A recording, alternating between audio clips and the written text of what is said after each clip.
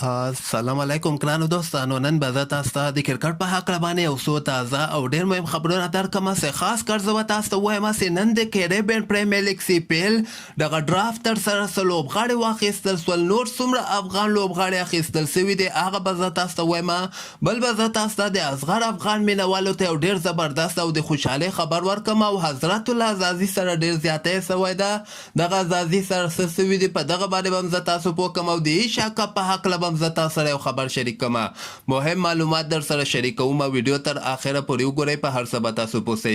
راځم اول زه تاسو ته وایم چې نن د کیریبین پریمیر لیګ CPL چې کوم د هغه ډرافت هم ترسره سوی ول، لوبغاړي اخیستل سوي ول.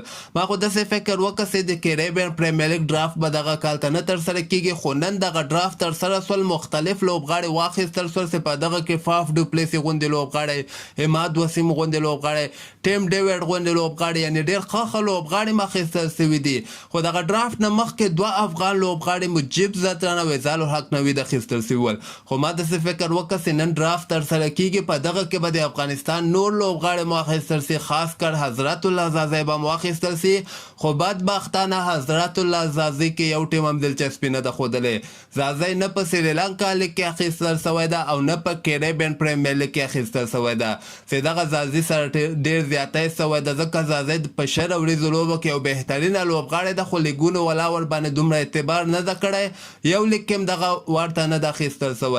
ځکه تاسو وګورئ په سریلانکا لیګ کې تېره ورځ 15 افغان لوبغاړي واخیستل سول. رحمان الله ګربز، فضل حق فاروقي، نوین الحق، قیس احمد، کریم جنت. او دغه کیریبین پریمیر لیګ کې بیا د افغانستان دوه لوبغاړي مجیب زدان او ویزال الحق نوید اخیستل سوي دي. خو زازی دغه دوه لیګونو کې یو ټیم له خوا هم نه ده اخیستل سوی.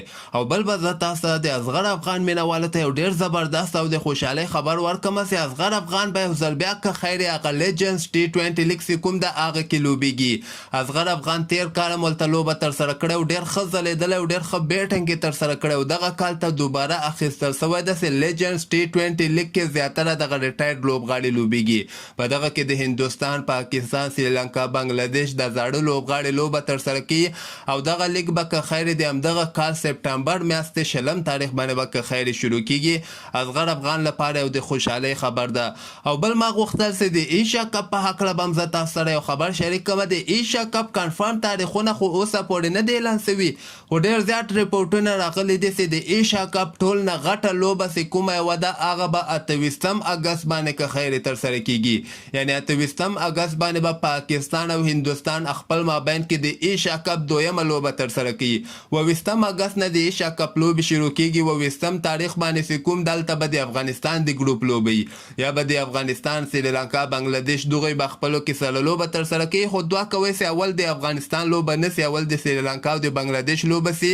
بیا موږ ته اندازه لګیږي چې کوم ټیم موږ مات کو او ډایرکټ مخکې راونډ ته کوالیفای وکړو. او د ایشیا کپ هغه کوالیفاین راوند لوبې چې کومې دي د ضعیفه ټیمونه لکه نیپال او عمان او دوبۍ، دغه هانګ کانګ، دغه ټیمونه به که ښایي 21 اګست باندې که خیر دغه کوالیفاین راوند لوبې شروع سي. دغو کې به یو ټیم مخکې راوند ته به وځي، د پاکستان او د هندوستان ګروپ کې به ور داخلیږي. او بل به زه تاسو ته د افغانستان راشد خان په هکله باندې یو خبر درکړم چې راشد خان په T20 بلاس کې خپل سفر پای ته رسېدلی ده. او دغه اخرنی عکس زه تاسو کتلی سئ چې په دستکشو باندې په ګلفز باندې ملي بیرغ، درې رنګه بیرغ نشان هم کړی ده. نو دې نه تاسو اندازه ولګوئ چې راشد خان په زړه کې د ملي بیرغ لپاره اوس هم ډېره زیاته مینه ده. خو راشد خان به وایي دغه T20 بلاس یعنې اختر نه مخکې به دی افغانستان ته راځي او هغې نه وروسته پاکستان ته هم ځي. ځکه د راشد خان بعضې فامیلي غړي چې کوم دی هغه پاکستان کې اوسېږي، دی به ټول یعنې 15 کاله وروسته دی به خپل فامیل سره یوځای کېږي. او شپږیزې باره کې فی الحال راشد خان کنفرم خبر نه ده ورکړی. شپږیزې په هکله به زه تاسو یو خبر درکړم. دغسې یو ریپورټ راغلی و چې د افغانستان راشد خان، محمد نبي، قیس احمد او نوین الحق چې کوم دی دغه کال ته به شپږیزه کې لوبې نه ترسره کیږي. ګوره افغانستان کرکټ بورډ که چېرته په دغوی باندې فشار راولي هغه صورت کې به لوبېږي، که نه ما ته هم نه ښکاري چې د افغانستان خاص کر راشد خان یا محمد نبی یا نوین الحق په شپږیزه کې ولوبیږي. تاسو هم خپل نظر لاندې ما سره په کمنټ کې شریکولی سئ او همدغسې تازه خبرو لپاره تاسو دغه چینل هم در سره سبسکرایب کولی سئ.